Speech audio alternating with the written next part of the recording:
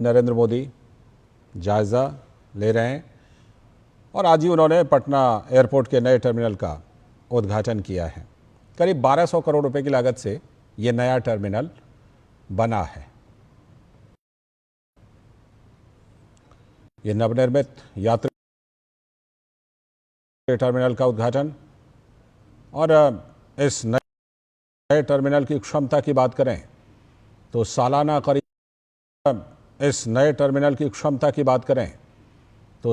करीब 1 करोड़ यात्रियों की क्षमता है इस नए टर्मिनल की।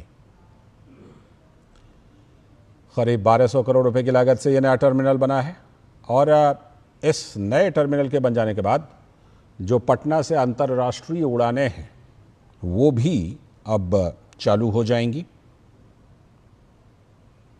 अंतर्राष्ट्रीय उड़ान पटना से जब चालू होंगी तो जाहिर सी बात है कि जो गया एयरपोर्ट है उस पर दबाव कम होगा। करीब 1200 करोड़ रुपए की लागत से ये नया टर्मिनल पटना एयरपोर्ट का बना है, जिसका प्रधानमंत्री नरेंद्र मोदी ने उद्घाटन किया है।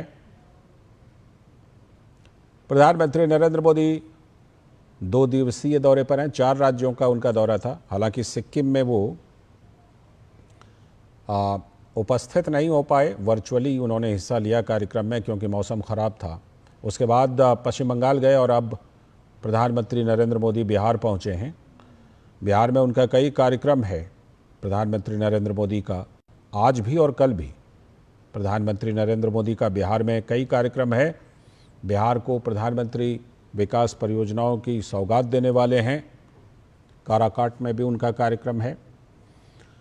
तो प्रधानमंत्री नरेंद्र मोदी ने सबसे पहले बिहार में जो पटना एयरपोर्ट का जो नया टर्मिनल है उसका उद्घाटन किया है, लोकार्पण किया है। साथ में नए एयरपोर्ट का प्रधानमंत्री ने जायज़ा लिया है और बगल में ही जो बेहटा है वहाँ पर भी नए एयरपोर्ट को लेकर के उन्होंने शिलान्यास किया है।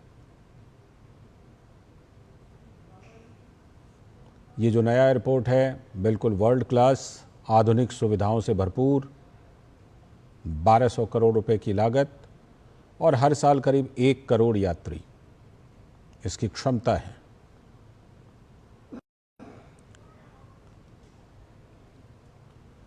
इसी नए यात्री टर्मिनल का प्रधानमंत्री नरेंद्र मोदी ने उद्घाटन किया है।